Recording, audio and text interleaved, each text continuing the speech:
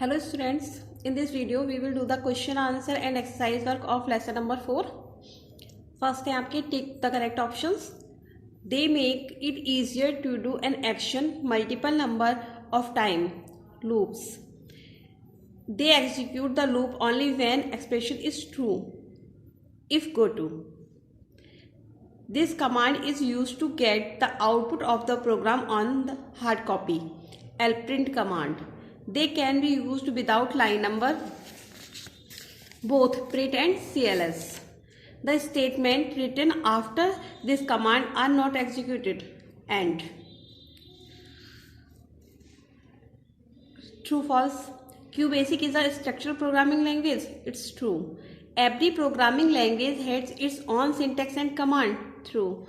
Delete 20 will delete 20 lines. False. Programs are built up with the set of instruction. True. RME is used to clear the memory of existing program. False. Next है आपके fill in the blanks.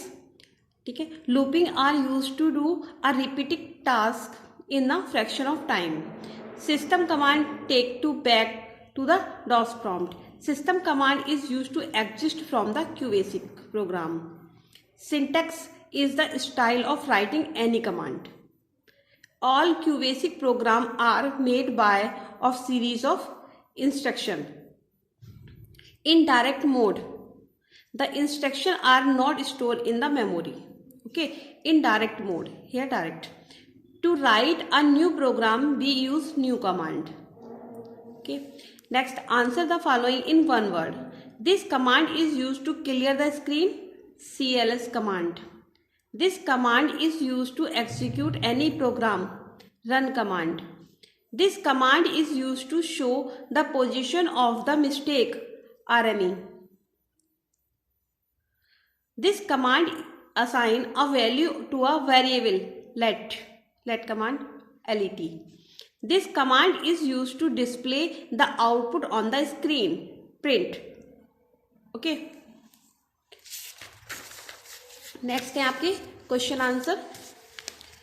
Explain loop and looping in QBasic. Page number 50 open करेंगे इसके लिए.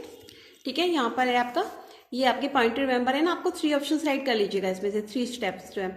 Loop 3 points point 1 2 3 points ये here to here. Loop is a set of instruction which repeatedly execute a fixed number of times. Looping is defined as a process of repeating a series of statements as many times as needed. The 4 types of loops are if, go to, while, when, do loops and for next. ठीक है, here to here is the answer of your first question. Next है write the point which you need to tell the computer while using if go to. ठीक है, page number 44 open करेंगे आप इसके लिए. here if go to execute if go to loop you need to tell to the computer. आपको ये completely right करना है स्टेटमेंट तक. सिंटेक्स. ठीक है, 1 2 3 4 5 6 ऑप्शन है, 6 लाइन्स हैं आपकी, इसमें पॉइंट्स हैं, 6 पॉइंट्स हैं आपकी, उसके बाद सिंटेक्स है. ठीक है, कंप्लीटली राइट कर लीजिएगा उसको. नेक्स्ट है आपका right any 5 commands in QBasic and explain them. Page number 47. ठीक है, आपको कोई भी 5 कमांड्स राइट करनी है और उनके फंक्शंस भी राइट करने हैं. तो आप इसमें स्टार्टिंग की 5 कमांड्स राइट कर लीजिएगा. List, then completely run, list, lprint end new. ठीक है, ये आपकी टोटल कमांड्स 5 कमांड्स हो गई है. हेयर टू हेयर आप इसको कंप्लीटली राइट कर लीजिएगा. ठीक है, आपको 5 कमांड्स राइट करने हैं इसमें. नेक्स्ट है आपका what are the 2 mode in QBasic explain them. ठीक है, आपको QBasic में 2 मोड्स राइट करने हैं. पेज नंबर 50 पर आप राइट करिए, ओपन करिए पेज नंबर 50. फर्स्ट है आपका इनडायरेक्ट मोड. ठीक है, 2 मोड्स बताते हैं आपके, direct and indirect mode. Direct mode the instruction are not store in the memory. ठीक है, डायरेक्ट मोड भी जो इंस्ट्रक्शन होती है आपकी मेमोरी में स्टोर नहीं होती है.